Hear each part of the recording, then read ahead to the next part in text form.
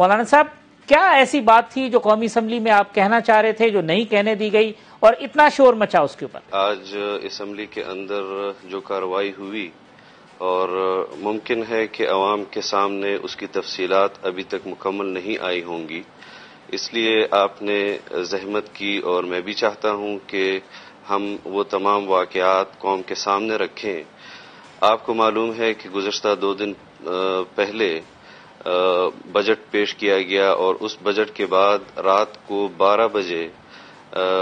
ملک پر مسلط کیے گئے وزیر اعظم نے خطاب کیا اور انہوں نے اسلامی تعلیمات کے حوالے سے، صحابہ کرام کے حوالے سے اور غزوات کے حوالے سے، غزوہ بدر، غزوہ خندق اور غزوہ احد کے حوالے سے جو متنازع گفتگو کی، جمعیت علماء اسلام اور متحدہ مجلس عمل نے اس پر قومی اسمبلی کے اندر تحریک التوا پیش کی تھی، اور ہم اس حوالے سے اپنی گزارشات ایوان کے سامنے رکھنا چاہتے تھے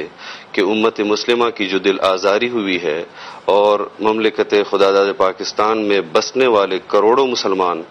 اس پر پریشان ہیں کہ یہ اسلامی جمہوریہ پاکستان جو اسلام کے نام پر بنا ہے اور اس میں وزیر اعظم کے منصب پر بیٹھے ہوئے ایک فرد نے جس قسم کی گفتگو کی، نہ تو ان کی بات ٹھیک تھی نہ ان کا لہجہ ٹھیک تھا، تو یہ ایک ہم